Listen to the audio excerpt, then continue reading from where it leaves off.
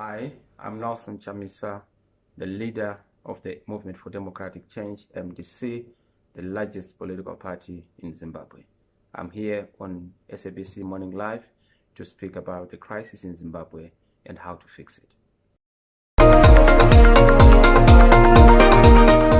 Right, welcome back everybody. So that conversation continues now. Zimbabwe's political stalemate between the ruling ZANU-PF and its opposition, the Movement for Democratic Change, has stifled the advancement of healthy democratic processes in the country. In December, former South African President Thabo Mbeki was in Zimbabwe at Mnangagwa's invitation. Mbeki met the two presidents, ZANU-PF's Emmerson Mnangagwa and MDC's Nelson Chamisa, separately. Subsequent to the meetings, President Mnangagwa met with the leaders of opposition parties, but the MDC was not a part of that meeting.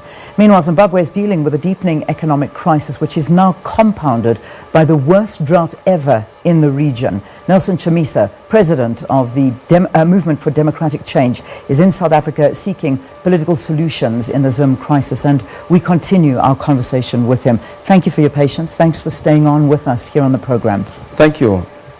Have you ever met with President Mnangagwa? Well, I've not met with President Mnangagwa since the days of Parliament. In fact, it's now almost 2 years, which is quite sad because under normal circumstances, people who compete in an election are supposed to then have a conversation post an election to find a way forward for the country. This is one of my saddest moments and very disappointing development, that you go into an election, you just meet through the ballot. Beyond the ballot, you're not able to converse or communicate. And that's why we thought that President Mbeki, when he came, he would facilitate for a conversation. As you know, in Africa, wherever there's a negotiation, even a marriage negotiation, there has to be a negotiator, because that's our nature as a people. So, of course, for us to be able to deal with the acrimony, the disharmony, and the misunderstanding between ourselves and Mr. Mnangagwa, it would be useful to have a credible negotiator. And we think that the avenue and platform created by President Mbeki would go a long way to creating this kind of conversation. There's talk, and perhaps you can confirm it with me, that Mbeki may very well be returning this month. Well, we nearly finished this month, but I imagine early next month to Zimbabwe to carry on this dialogue and perhaps get the two of you together. Are you aware of this? Do you have details? Yes, I've been informed that there is that indication. And we've even emphasized that it's even more urgent now than ever before, because the situation in the country is really taking a nosedive and things are going down south in many ways. Right now, as we speak, people's salaries are being eroded. As we speak, we do not have electricity. As we speak, the situation has gone out of hand with unemployment hitting almost 98%. Young people who are industrious, Zimbabweans who are hardworking, peace-loving, gifted, are all lacking everything, basically in issues of survival.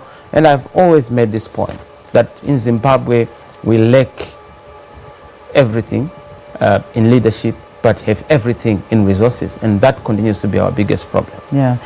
Mr. Chamisa, however, you have been blamed for being a part of the devastating situation in Zimbabwe. And the reason I say this is that you've been very vocal, urging the Western world, America, European Union, to continue with sanctions against Zimbabwe. And this is hurting and throttling your nation.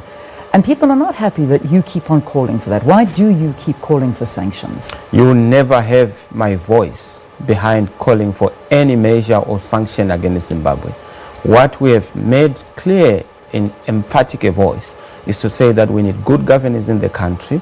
We need to make sure that we have engagement at a national level. We correct issues of human rights abuses. We correct issues of governance. We correct issues of dealing with corruption within our own system. Once we clear our own yard and our own backyard, we know that all the other issues of international engagement are going to be a walk in the park. So let me just get this clear. You personally have never called for sanctions. Reports of you calling for sanctions are false. That's all propaganda by our colleagues in ZANU-PF, who believe that they would harvest political capital out of lies. And lying has become part of their default setting. We have no business to call for any measure against the country. But we know that the behavior of ZANU-PF has made Zimbabwe difficult to govern. In fact, it is ZANU-PF that has made Zimbabwe ungovernable through human rights abuses, through attacks on civic society, through attacks on trade union leaders, attacks on the MDC. As I speak, almost half of my leaders have treason charges trumped up by ZANU-PF.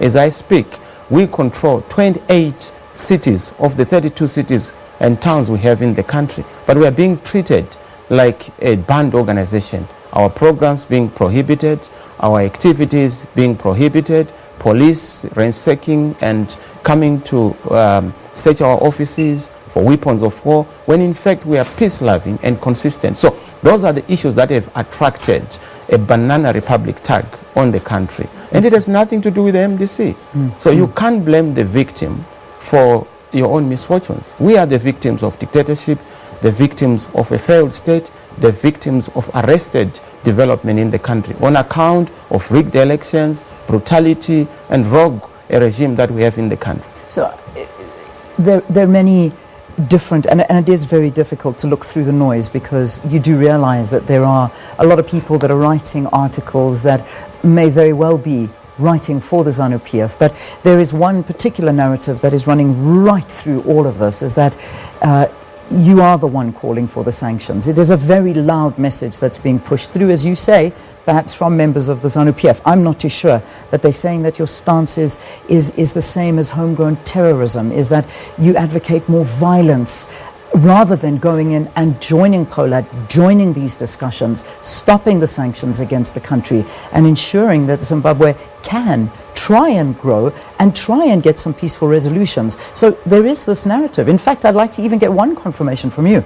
I even saw something where there was an accusation that you called for the US Special Forces to invade Zimbabwe. This was in 2004 or 2007. I'm sure you've heard this before. Well, that's all propaganda. And of course, like I said, our emphasis is to have Zimbabwe returning to legitimacy and good governance. All these things that are being said around sanctions, around MDC playing a role, we have no business in what ZANU-PF has invited upon themselves. What we have done and what we continue to call for is action in good governance, action in restoration of democracy, action in dealing with the problems that we have. Mr. Mnangagwa has said Zimbabwe is open for business, but Zimbabwe can't be open for business when it is not open for citizens' rights, when it is not open for the freedoms of the people, when it is not open for democracy. And that is what we continue to say. It has nothing to do with the MDC having called for any external country. In any event, what sanctions are there against Zimbabwe? You could tell me more in terms of these sanctions. Of course, they say this is propaganda. Yeah. They say the European Union has lifted all forms of restrictive measures on Zimbabwe, and I know that there's dialogue that is taking place. Yeah, yeah. Right now, the United States of America is in conversations with Zimbabwe, so I don't understand. There are, of course, calls for Zimbabwe to be on a path to democracy, to continue to tick all the boxes on good governance, human rights, dealing with corruption, and dealing with fundamental reforms. And that continues to be our call, and that is what we are calling for, particularly in the context of the dialogue that we envisage. Governance is something that you keep on emphasizing, poor governance in Zimbabwe. Sure. Corruption is at the heart of a lot of poor governance. Now, I mean, there's suspicions and reports that former President of Zimbabwe, Robert Mugabe, has got millions of dollars stashed in overseas properties and all over the world. You know, while the country is so poor and people are desperate, as you say, people don't even have food to put on their table. There is no maize meal. So getting that money back, stopping corruption, how do you go about trying to do that? Well, for us, it's, like I said, it's politics stupid.